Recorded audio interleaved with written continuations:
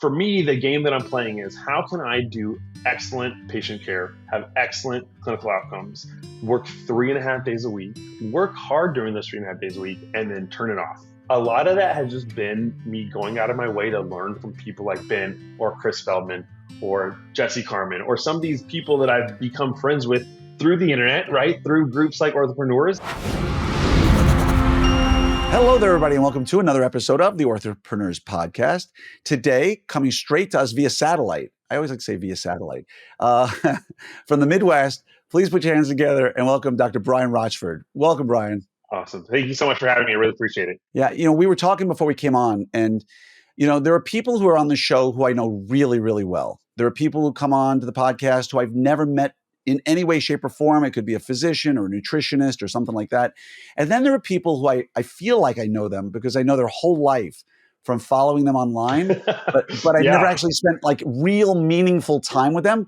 And so if anybody asks why I do the podcast, it's times like today, Brian, where we've had a chance to connect and I've gotten to know you, and I've actually gotten to know the person behind the social media persona, if you will. And so this is truly, genuinely a joy for me to have you here today. So thank you for being here. Absolutely. And same. I mean, obviously, we've known each other-ish for a while, so it's been really fun just chatting with you as well. So let's start here. If you want to give us a quick 90-second rundown, how did you end up where you are right now, doing what you're doing right now? So I'm from Indianapolis. I was born and raised in Indy. And when I was a kid, I went to an awesome orthodontist. And when I decided to go to ortho, I called him up and I was like, hey, man, I'm going to Colorado for residency, but my wife and I are going to move back to Indy and I would love to join your practice. And crazy, but that's all it took. And he's like, that sounds great. And I almost hate telling that story because it kind of was a little too easy and it shouldn't be that easy. But for me, I got very lucky.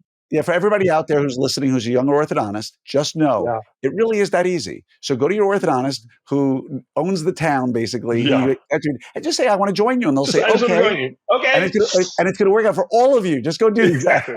Now, his son and my brother were friends, so we were a little bit more connected than just random people, but it did work out really well. So went to Colorado for a couple of years, loved it, moved back to Indy where family is, and joined my childhood practice in my hometown. So you can't ask for a better setup than that. It was always a 5-year transition. It was his exit strategy. So we worked together for 5 years. It was amazing. Skip Glander, awesome guy. And I learned a ton. And it was a very bread and butter practice at that point in time. We did metal braces, we did paper charts, we did alginate impressions. Which seems so ancient. And yet crazy. You've been out of school 7 years now. Yeah. And in your lifetime, in 7 years, we went from that being the norm to being like a pterodactyl. I know. It's crazy. And no shade to the offices still using alginate impressions. The idea of doing that, I just can't actually wrap my head around it at all. Like just at all. I'm with you. So I, at the time, was like, all right, Skip's brought me on. I need to add something to this practice. So he wasn't doing any aligners. So I took all the courses. I took Maz and Jonathan's course. I took Heather Hopkins' course. I took all the courses to learn how to do aligners, really dove in the deep end. And between that and just adding more exams to our schedule, we were able to pretty much double the practice. And that's what we did for the last 5 years. And on the last couple of years that Skip was kind of on his way out, I knew I needed a way to manage everything on my own. So I started doing Lightforce. And now we're 100% digital office between Invisalign and Lightforce. We use Motor City for our appliances, and I'm able to delegate a lot to my staff. So I've been able to not only manage the practice on my own, but continue to grow. And it's been great. Yeah, it's awesome. And we were talking a little bit about the people we know beforehand and who, we have the same circle of people we all know. Yeah. If you're active in the online social community, pretty much the same circle of people. Right. And one of the people who we were both really giving a true shout out to personally was Chris Feldman. Right. Totally. And we're going to get into that story in just a second about Chris. But, Chris has been a friend of mine. I met him when he was at JU and I came to visit as a resident. Well, he was a resident. I came to go visit the program, and we don't remember meeting, but I think I took him out to lunch. Yeah. Because that day I visited, I took the residents out to lunch because I was just hanging out and I was already a dentist. But here's a guy who understandably, where he practices and why he practices, doesn't really do a huge amount of aligners, right? He's very Yeah. vocal about the fact, aligners and digital technology, it's Yes, he not is. his thing, right? Yeah. But here you are running a similar style practice in terms of numbers and what have you, Yeah. and you're doing it fine. And I think there's a message here for everybody out there, whether you want to do tons of technology or you want to do no technology. If you're doing alginates and paper charts and that's making you happy, I would contend you could be probably much more efficient. But if it's Right. making you happy, run with it. And if you're doing self-ligating brackets or you're doing light force and you're doing dental monitoring and you're doing orthophi and you're doing remote response and you're doing everything you can add into your life and you're happy, then good for you too. It, Right. it comes down to you following the vision that you've created for yourself. I totally agree. I think, especially as a younger doctor a couple of years ago, I don't know that I knew what that vision was. Like, how could you, right? But I knew what I wanted my life to feel like. I knew that I wanted to be present with my patients and my staff and my family. And I knew doing all of that, like analog, wasn't going to work for Right. me and the size practice that I had and wanted to continue having. And the biggest change that you've experienced, I mean, I haven't been practicing a whole lot longer than you, ortho, right? Yeah. I got out of school for Hmm. dentistry in 92, right? You were in like third grade at the time. Realistically speaking, you were really in first grade at the time. It So wasn't third grade. it's fine. It's fine. It's all good. But my point is, I've only been doing ortho for a decade, right? So I was only a Yeah. few years older than you. And the real big difference in the time that you and I have been out of school has been the staffing crisis, right? Yeah. The staffing crisis. So if you are doing alginate, if you are doing paper charts, and I think that's a bit an extreme today is paper charts and Hmm. alginate. I think the people who are doing that are probably not listening to this podcast. But I think it is fair to say people, have a PMS software they're using, but they are using alginate. Or Yeah. maybe they aren't doing a lot of digital technology and maybe they don't. I mean, at AAO, I had people coming up to me at my remote response booth, and they say, "Well, what do you do?" I say, "Well, we do the dental monitoring dashboard monitoring for your team. So if you have dental monitoring, your best team members don't need to be focused in front of a computer. Your best team members need to be growing your practice. They need to be because you're generally short staffed, and you don't need those great team members that you're going to put Hmm. on your dashboard." And people would look at me at this year's AAO and say, "You're mentioning dashboard. What are you talking about?" And I said, "Well, dental monitoring." And they go, I've never heard of dental monitoring. Like Yeah. it wasn't like they weren't using it. They'd never even heard of the product. And if anybody out there has never heard of dental monitoring and you have a question, reach out to me. I'm happy Yeah. to. But my point is, when you're running in certain circles, you start hearing about technologies and things, and maybe you're on the leading edge of things. But going back to what we were talking about before, I really want to jump into this a little bit. We were talking about a post I did on Facebook on OrthoPreneurs where I did a podcast 5 Minute Friday, Hmm. and the 5 Minute Friday essentially was talking about a $3 million practice. That if you want to have a $3 million practice, it's well within your reach. You should be able to get there without really killing yourself to get there. And then I followed it up because I started getting all these people online on the group who were saying $3 million practice is crazy, and making all these assumptions. It's going to have a high overhead, and you don't need to work that hard, to make a great living. And I just wrote, no, it's really not that hard. And I wrote a post that basically said, if you want to have a $3 million practice, if you hear that and it resonates with you, and that's what you want, and you don't think it's possible, you're running with the wrong group of people. And, Yeah. and I know that resonated with you because we're not going to give away numbers. We're not going to talk about, we like to be transparent, but there's a point at Right. which publicly you just don't. Just for everybody out there, I'm not letting Brian tell you his numbers Yeah. because that's not what this is about. But let's just say he has the kind of practice that easily fits into the molds we're talking about here. And my question for you, Brian, is number Hmm. one, are you killing yourself? Is a practice that I'm talking about here just unsustainable? Your family life sucks. You're working Hmm. 6 days a week. You're killing yourself. I know that's not the case. So you Yeah. want to talk a little bit about A, what do you think the secret is of getting there? Right? Yeah. Because you're only out of school 7 years, and yeah, you did Hmm. acquire a practice, but you grew it considerably. How Yeah. did you get there? And number two, are you really killing yourself to have that kind of Yeah. practice? It's so funny you say that. We talked. Another mutual friend of ours, Ben Fishbein, has been a huge influence on me and mentor and friend, and a lot of the success that we've had in my practice has been due to him and his team. And when we first met and became friends in 2017, which love you, Ben, that was like the middle of him killing himself, right? Like he would tell you how hard he was working, and not that he's not working hard right now, but He refers to it himself on the podcast that I did with him. He did 30 years in 7. That's what he refers yeah, to himself. 30 yeah, and for the record, he is fully transparent, and he was on the yeah, podcast. He got himself in 7 years, people, from 0 to 23 million. nuts, Okay, nuts. so that's not what we're talking about here. Yeah, All right. that's not what we're talking about. Apples and oranges. But I met Ben at a meeting. We kind of hit it off, and he became a friend. And when I had something come up in my office, I lost a TC, and I had a person who I wanted to become TC, but she had never been a TC. Without anything, he said, "Well, just come down to my office, and we'll train her to be a TC." And that was amazing. And talk about the people you surround yourself with. You know, he didn't even have fish spine fundamentals yet at the time. That wasn't an option. And we went down to Pensacola, and that's exactly what happened. And but kind of getting back to what you're saying, as he learned more about my practice and what I was doing, a quote he said to me, I'll never forget it, was that, "Oh, you have a lifestyle practice."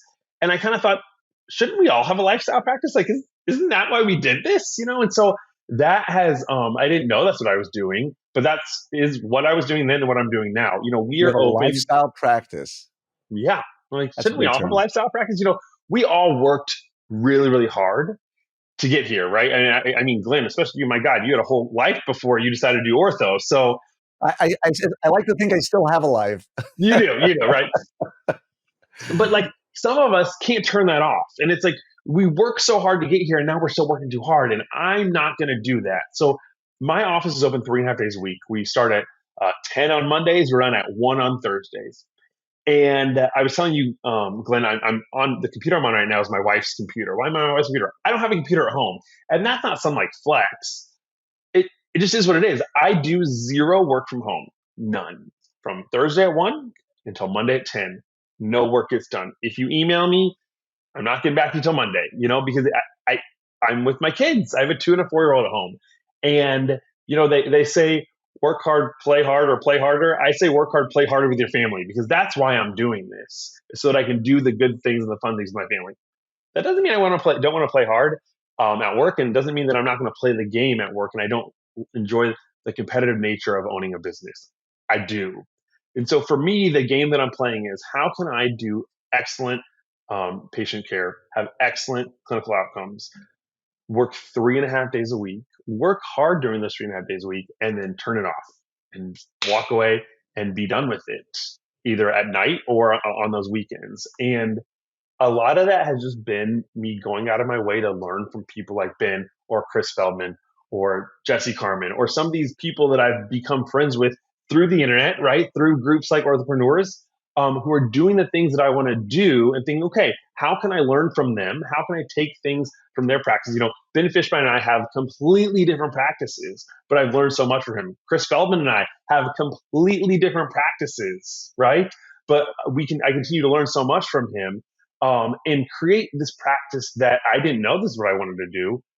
But that's where we're at.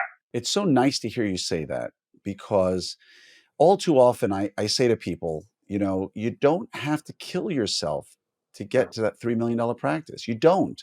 I'm not, and for the record, we spoke about this beforehand, and we want to make, I'm speaking for both of us right now. If you've got $1.5 million practice and that's what you want, amazing, right? You have to get what you want. And I want to ask you the follow-up, which Yeah. we haven't gotten to yet, is what do you see as the reason you can do that Mm-hmm. kind of number and Yeah. turn off on Thursday at 1 and not even think about work Yeah. until, because right now there's somebody out there who's doing, and no shame, there's somebody Mm-hmm. out there doing $1.5 million a year on 4 days a week, and they're staying late, and they're working Mm-hmm. hard on the weekend, and they're not enjoying the life the way they could. And their assumption is, which you and I both know to be untrue, I would never get to 2 million or 2.5 Mm-hmm. or 3 or 4 without sacrificing a Yeah. significant portion of my life. And I have small kids, and I Totally. could never do this. And we know all the excuses that people will Yeah. make because the mindset is not open. What is the one biggest key, would you say, that allows you to do what you're doing? Yeah. Well, God, the one biggest key is going to I be hard for know, me I to know. say. Teach me the whole Bible while you stand on one foot, will you? Like, Exactly, right. it's not easy. I get it, but if you want to throw a couple of things in there, be my Yeah. guest. Well, I think just kind of before I even answer that, for those doctors that are in that situation, being a solo doctor in ortho practice can be very isolating and very lonely. And talking numbers and talking all that stuff can feel really awkward and feel weird. So maybe it was in your group. Someone posted recently about like, how do I know what to ask for a per diem? This is like, an associate. And I'm like, just ask your friends. Like, just ask them. We're all in this together. I like to think, at least. And I'm not saying the guy next door to you, but like we all went to residency. Seemingly, you have ortho friends from all over the country. And if you don't, hop on one of these Facebook groups and make some friends.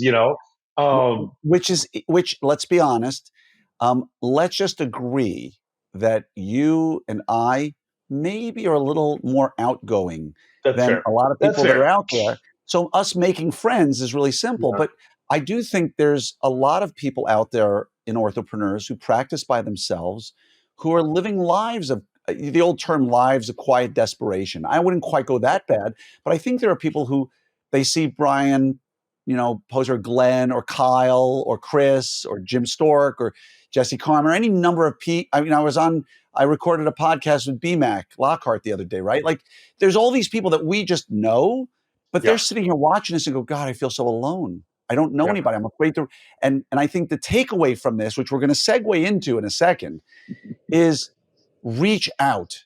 Reach Just out to do it. people because Send because the that's message.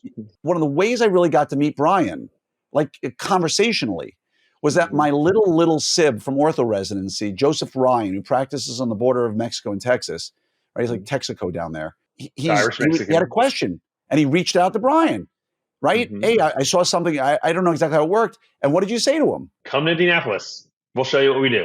And he came to Indianapolis, and it was great. And that's what I do it all the time. Somebody wants to Yeah. come visit my practice, get on a plane and come visit my. Now, somebody would say, well, I have young kids. I can't get on a plane. I don't have support. It's difficult for me to. I get that. And I don't want to disclose too much about this, Brian, but you belong to a group of orthodontists that hang out and travel and have Yeah. fun and they're like-minded. I started OrthoPreneurs RD specifically for doctors who practice by themselves and want to be part of a group where they can Yep. be part of a mastermind. And before me, there was Pro Ortho FE. And Yep. before me, there was Ortho Exchange, which we both Hmm. belong to. Shout Yep. out to David Butler right now. Yep. Just want to give a huge shout out because Yep. but for him, Yeah. what we're doing today may not even exist. If Totally. but for Ben Burris. Yep. Wow, holy crap, dude. This could be the only podcast episode ever that has a shout out to Ben Burris and Chris Feldman at the same time. At the same time. Which is like What a time to be anybody alive. who knows what happened. Anybody who knows what was the name of that? Was that Ortho? What was the name of that group? 1.0 or something like that. Ortho 101? 101, Yeah. Ortho 101. I said that. Somebody said I was wrong the other day, but it was think Ortho 101. The whole reason why Ortho 101, which again, but for Ortho 101, Yeah. Orthopreneurs doesn't exist. And Yeah. so the two of them basically shut down Ortho 101 because of a fight one day, which is epic Yeah. fight. You were probably still a resident at the time. I was in residency watching this all happen from my resident room, like eating popcorn. Like, what's happening? What is this? Like that old Michael Jackson, Yeah, that was meme us. with him eating popcorn was literally us. Brian Rochford at that one. And so us. the takeaway from this message that we agreed beforehand and we wanted to talk about this was we need to be paying things forward to people. One of the reasons I do the podcast, one of the reasons I have Orthopreneurs is just because I want to see people do better in life. And that's why I have Summit. That's why I started RD. Yeah, Summit, I make some money. RD, I make some money. But that's not the reason you do it. You do it because you love doing it and you love helping people. Thank you. Yeah. Yeah. That sounds like an annoying thing to say, but yeah. And what we're saying to everybody out there is you have friends, because if you've sat at a barbecue in your neighborhood with your non-ortho friends, or you've gone to a fantasy football draft, right, where a broad section of people but they're not orthodontists usually, nobody gets us like us. Yeah. Nobody understands. You could have a friend who runs their own business. You could have a friend who works in corporate America. You could have someone who's an attorney or a physician. They don't have a clue what we do on a day-to-day, right? Yeah. And that's how you're probably saying, wait, my best friends are these orthodontists who live all over the country, who I get to see maybe a couple times a year if I'm lucky, thankfully for meetings like yours, and you're right. Going back to your posts and the practice that age, part of it is just getting out of your own box. We create these boxes that we're in, and we don't even know we put ourselves in this box, but we have. And a lot of people don't know what they don't know. So I have a friend who's in a practice. He bought a practice that was not doing what that post, you know, Right. suggested that you could do. Yet. And yet, and I'm asking some questions about how they're running things. And eventually it comes out that they were requiring, and he inherited this, a requirement of a down payment of $1,750 was their only down payment option. And I was like, what? Like, Today, he's like like, yeah, these days, like, today. This just happened, Glenn. And I was like, oh, well, wow. I wouldn't want to pay that. Like, who? Our patients don't have $1,750. So you want to become a $3 million practice? Drop that. Eliminate barriers to entry so patients can say yes. Still do excellent work. You're still going to collect your money. You're still going to be able to do the things you want to do, but make it easy for patients to say yes. And having a $1,750 down payment is a huge barrier. Now, that probably is really extreme, but even $1,000 down. I mean, when I started, we were still requiring a 25% down payment. That's nuts. That's I know. nuts. I know. The world, it's a different, and again, just a simple debate. How many times have you, we don't see this much anymore, but how many times about the time you came out of residency, maybe for the first 3 or 4 years after, did you see the post on Orthopreneurs that said, hey, what's the down payment you require for Invisalign? Yeah. Right? We saw that all day long because everybody was at that time. I don't think so much anymore, but everybody was like, if you're going to do Invisalign, you need to get 20% down, right? If you don't get 20% down, and then Jamie Reynolds, who many of us know, Yep. Of started course. Yep. OrthoFi, he would show the numbers and go, no, you don't need to, don't Yeah. worry about it. And it's And just like, that's what this is not an original idea. None of my ideas are original. Again, I have these friends. I learn from them. I take bits and pieces here and there.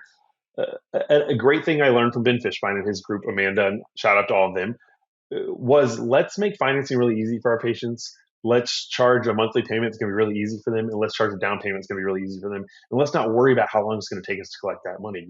With Invisalign and Lightforce, my average patient time is 15, 18 months. That is not my average financing term. And so people are like, oh my God, but they're going to stop paying. They're not going to stop paying. The patients that are going to stop paying are going to stop paying the first 6 months. And we have a default rate that's still under 2%.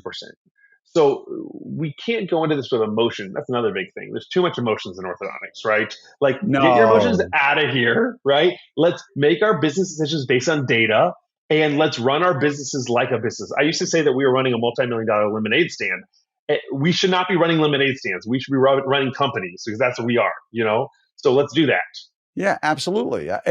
And yeah, it's funny how this whole narrative, right, of like what we shouldn't be doing, how things should run, it's changed so radically, so fast in terms of it's evolving so quickly. And just a shout out to Ben Fishbein, because you've said his name a few times. Yeah.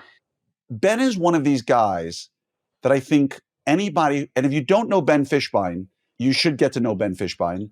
Yeah. And you should get to the Fishbein fundamentals, which isn't Yep. really Ben, it's more his It's team. He Amanda and his empowers his team. team Yeah. to run it, and happily he does it. But if you're down there, you should definitely go to Ben's Bagel Shop.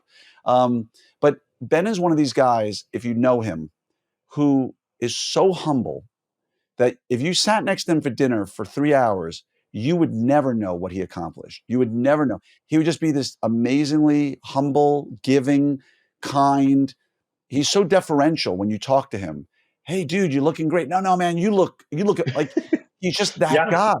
And he is kind of the model personally of what I hope I can be, right? Like, Yeah. just accomplish more than anybody in the room has accomplished, and nobody knows it, Yeah. right? You mentioned, I totally agree. You mentioned, how am I able to turn it off at the end of the day? And something that I learned from Ben and his group is the power of delegation, and giving your staff, your team members, having there be leadership positions, delegating those duties to that leadership, and then being able to walk away from it. I'm able to walk away because I have a practice director, and we have different leadership positions within the office that are taking care of the stuff that I'm not going to take care of. So I'm able to walk away. Now, not everyone has that luxury day one, right? If you are doing a startup, or you're buying a small practice that the systems are all over the place, like, it takes time to work your way up there. But when you have the systems, you have the leadership, you put the people in the positions where they can really thrive, that allows me to turn it off at 1 o'clock on Thursday and not think about anything, until 10 o'clock on Monday morning.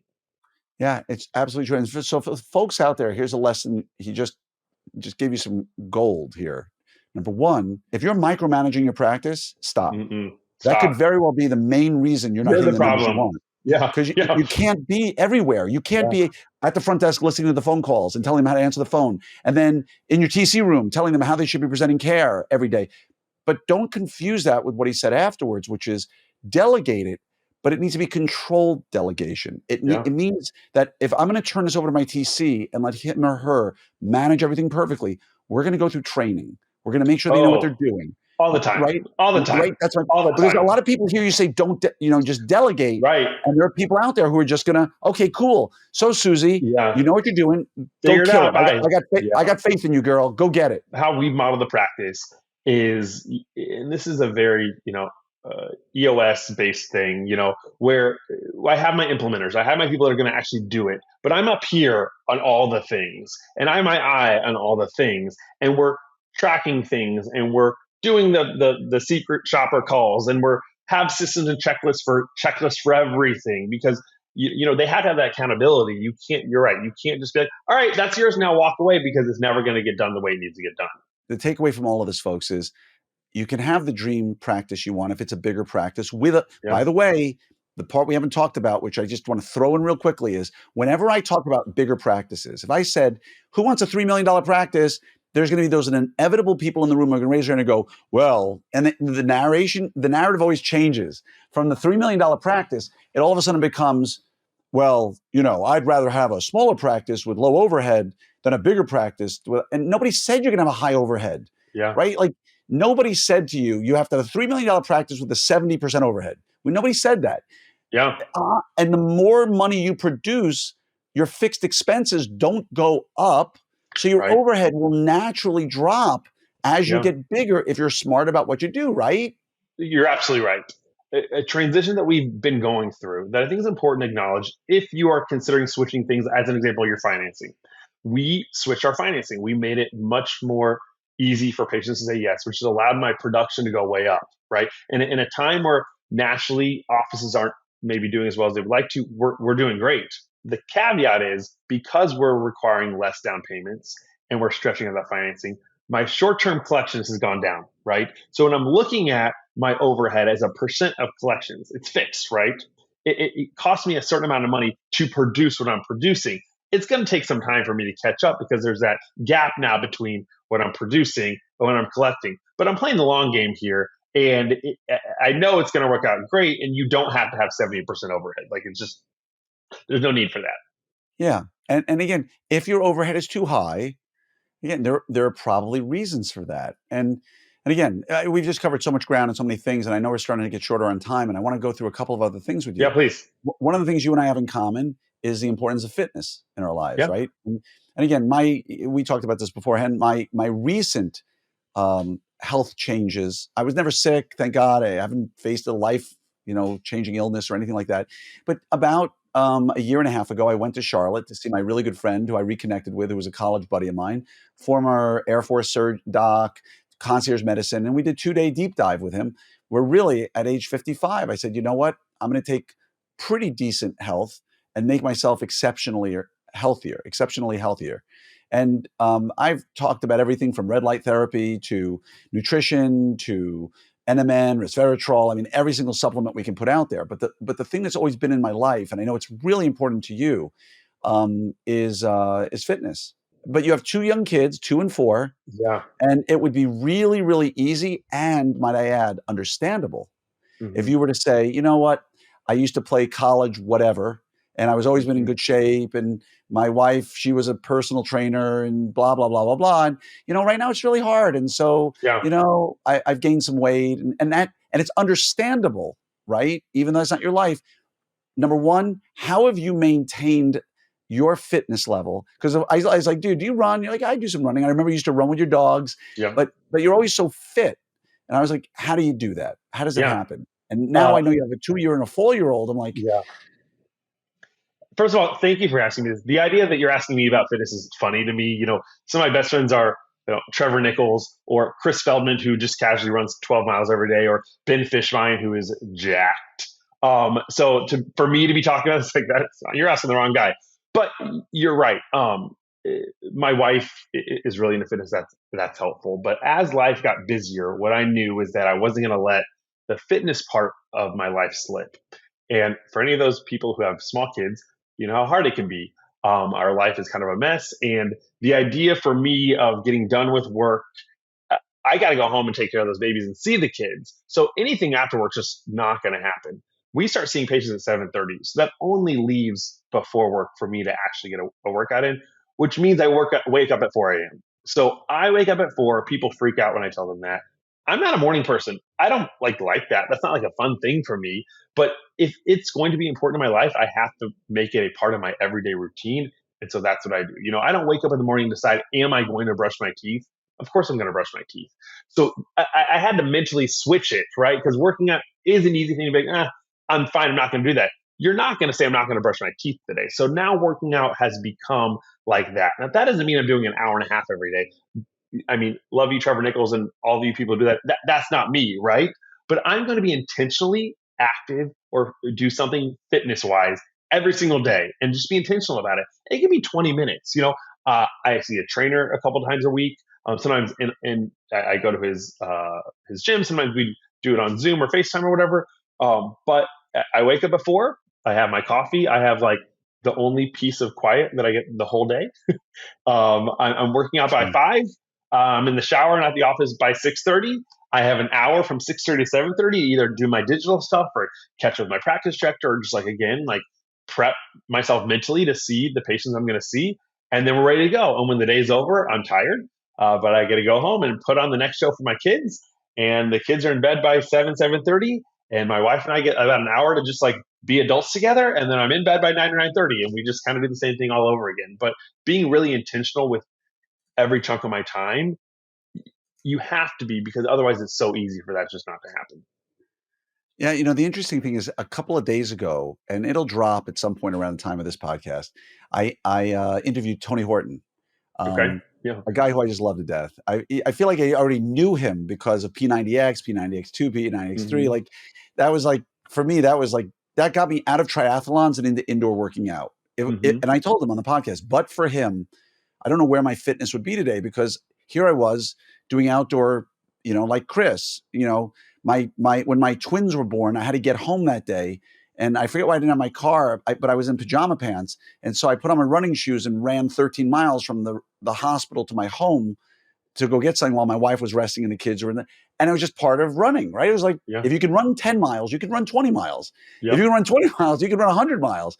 And Tony Horton got me out of that into indoor fitness. And he said something during the interview that it echoes what you just said, which was, I asked him, how did you become into fitness? How did you get into fitness? And he said he was in high school and he was doing stuff he shouldn't have been doing. He was probably drinking and having, too much fun. And he had a coach who basically said, I don't need you to set a personal record every day. I don't need you to come here and lift 1 million pounds of weights. I just need you to do something every day. Yeah. Commit to doing something. And you said it best. It could be 20 minutes. It could be 5 minutes, people. Yeah. How many times have we all gotten up? Maybe a problem popped into our head. There was a water main that broke, or the heater wasn't working, and you want to go fix it, and you took your pre-workout, and all of a sudden you look and you got 7 minutes before you're supposed to get in the shower. So what are you going to do with those 7 minutes, people? Are you going to take those 7 minutes and say, well, screw it, lost my, Yeah. or are you going to get on the Peloton? Or are you going to jump rope for 7 minutes? Or are you going to go stretch for 7 minutes? Or are you just going to do something? But it's easy in those moments to say, well, today, Right. but just do, and then you said just it gotta best. do it. Maybe you just have 20 minutes. Do something, because a body in motion stays in motion. I have this rule where I'll say, if at 4:00 in the morning alarm goes off and I'm like, oh God, I didn't sleep well last night, I don't want to do it. I don't allow myself to do that. I have to get out of bed, I have to go downstairs, and I have to have my coffee. And if after all those 3 things, I'm still like, I can't do it, fine. That never happens, because by the time you get to all that, you're like, all right, well, I'm up. Let's do it. Yeah. And I'm a little different than you. I wake up a little later. I wake up at 4:15-ish. And people right now are listening going, these guys are out of their minds. Nuts. Right? But just tell me, Brian, we haven't asked about this personally. Is waking up that early the greatest thing in the world? Well, I mean, you definitely feel like an elite human when you've gotten all that stuff done and you're like, I'm done. I'm done for the day. It's like this is you great. look at the watch, you're like, it's 7:30 and Yeah. you've already been up for I've three and a lived half a whole hours. life already. Yeah.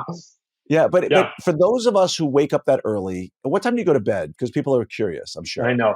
9:30. So I probably don't get as many hours of sleep as I would love to, but Well, it's, you know, you know, and there'll be haters who'll say sleep, whatever. Let them say yeah. what they say. I track all my sleep with my Whoop. Yep. And I try to get to bed 10-ish, Yep. 10:15, 10:30. And I just recently learned something really weird about myself. Do you wear one of these things? I don't. I I just should, learned but I something. don't. I learned something really strange that I didn't know, right? Like, you only know what you know. You don't Yeah. really know what everybody else is doing. I realized that the amount of restorative sleep I get per night in somewhere between 5 and 5.5 hours is the same as what most people get in 8 or 9 hours. Oh, And Brad, I'm going to say his last name wrong, just like if I didn't know you, I'd call you Brian Rochford instead of Rochford. Brad Schvatal. I don't know how he pronounces his name. okay. Um, how does Brad? You know how Brad pronounces his last Uh-uh. name? Brad, sorry, man, we love you so much. There's some West Coast love coming your way. But he sent me a link on OrthoPreneurs. Said it's called something sleep syndrome, like, and it's like three S's, I think, where there are people who don't need 8 hours of sleep a night, and I'm getting this. I'm blessed that short Yeah. sleep syndrome. I get Okay. 3 hours of restorative sleep every night, even when like last night I got 3 hours, but I only slept 4 hours and 28 minutes, which I Whew. didn't realize is different than Yeah. most people. And I'm 56 years old. So people are like, no, you need to sleep more. You need to sleep more. I'm like, I got 3 hours. I got 60% of my sleep last night was deep and REM. And Yeah. that's typical for me. Whereas most people it's like 25, 30%. So we all need what we need. But my point here Right. is track what you got, people. And if you can get yourself up at 4 or 4:30 in the morning, you are going to feel like a Superman or Superwoman, Yeah. because my favorite time of the day, every day, I don't drink coffee. My favorite Oh, time of the day good for you. is I just, does it look like I need it? This is me all day long. Is I wake up at 4:15, 4:30, usually without an alarm, and I'll take a nice hot cup of turmeric because it's such a Oh, good anti-inflammatory. And there's a company called Peak, Pique, that comes these like packages, rip open and put in hot water and cold. And I'll sit in front of a red light therapy machine while I do work for 30, 40 minutes. So I'm getting my red light, I'm drinking my turmeric, and then and only then do I drink my pre-workout and go work out. But the point everybody should be learning from this is that morning routine that Brian does, yeah. the morning routine that I do, if you dare try to take that away, my life would be nowhere near as fulfilling as it is today. Would you agree with that? Yeah. I mean, yeah, 1000%. I didn't know if you wanted to expand on it or not. Yeah. No, I mean, But like, you just, again, we want to do hard things in life, right? And we can't be the best, for me, father, husband, practice owner, orthodontist, if your body isn't at its best. And for me, that includes working out, that includes eating well, that includes just taking care of yourself so you can be the best of those other things you want to be good at. amen. And before I let you go, the last thing I want to bring up here, because I have to talk about it, is anybody who's followed you on social media has seen what I want to refer to as a freaking spectacular example of an older home that is just Oh, like amazing. Your remodel of your home, and what you've done with it. And for everybody out there who may not know what I'm talking about, I'm not talking about the money put into it. I'm just talking about the bones of that home. Like, speak to me. It's so gorgeous. thank you. When was your home originally built? What year is that from originally? Yeah, so it was built in 1925. We live in a historic neighborhood in Indianapolis called Meridian Kessler, and my wife and I found the house during COVID. We got 3 month old. We were still, locked in our house, not doing anything, and this house became available. As with all things like this happen, it was probably a little earlier than we should have been buying a house like this, and probably had a little more work than we really needed. And we didn't really have much experience doing what we have a lot of experience doing now, but we bought the house and we did a 2.5 year renovation to really restore the home. I mean, it's a gorgeous historic home, and I am really annoying online, so I shared a lot of that, and it was really You fun weren't for us. annoying My at wife. all. I got some great ideas from what you were doing. Well, I got to give my wife credit. She crushed it. It was really fun for us. Another one of our mutual friends Kyle Fagler, he also just did an amazing house project. So that's been a really fun thing for my ortho friends to watch the house stuff they're doing as well, because we're psychopaths in a lot of ways. Our houses are not are still in that genre, and I feel bad for all the contractors that have to work with orthodontists, because I would walk into the house and I would look, our lives are in millimeters, right? And I'd be like, that's not where it's supposed to be. And they'd be, oh yeah, it is. Yeah, it is. And I'm like, get the laser out right now. And we get the laser out and it'd be off 2 inches.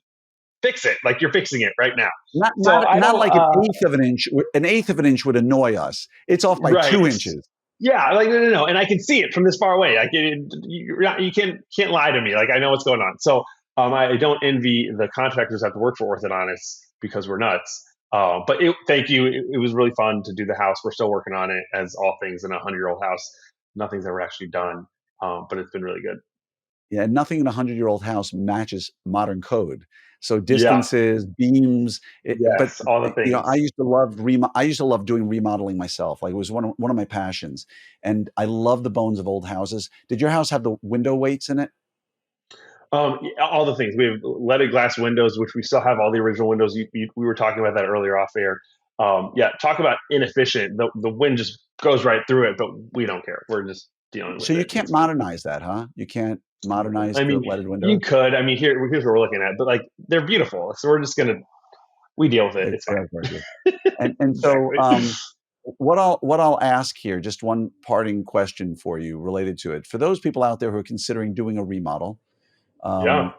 which Good there are luck. many, right? Yeah. And like I said, nobody knows us like us.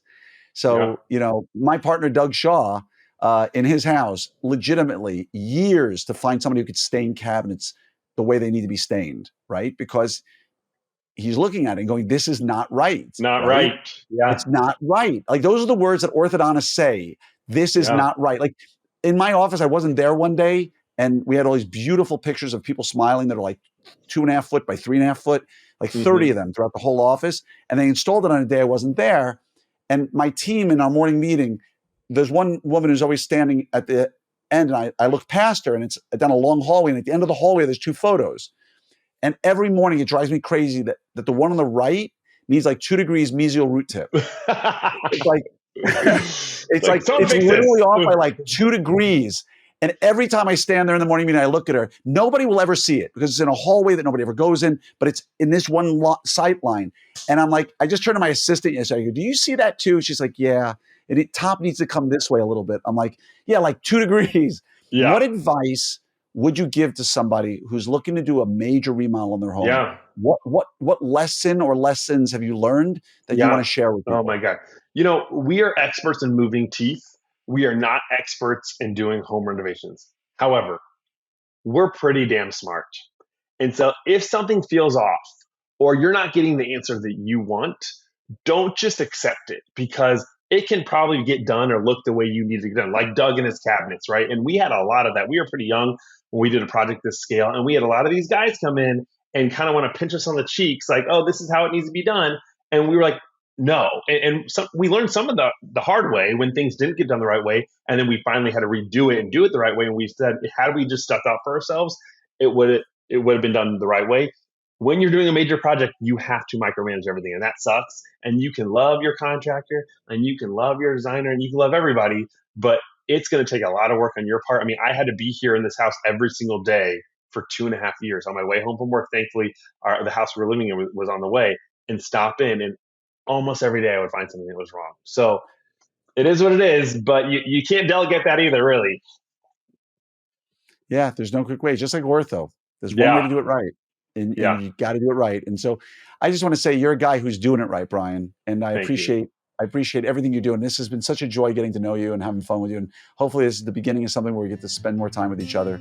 And yeah, just thanks so much for doing this and for all you're doing for the profession and helping people. You're just Yeah, an Glenn. Hey, amazing guy. again, And thank you for having me. This is really fun. I really enjoyed it.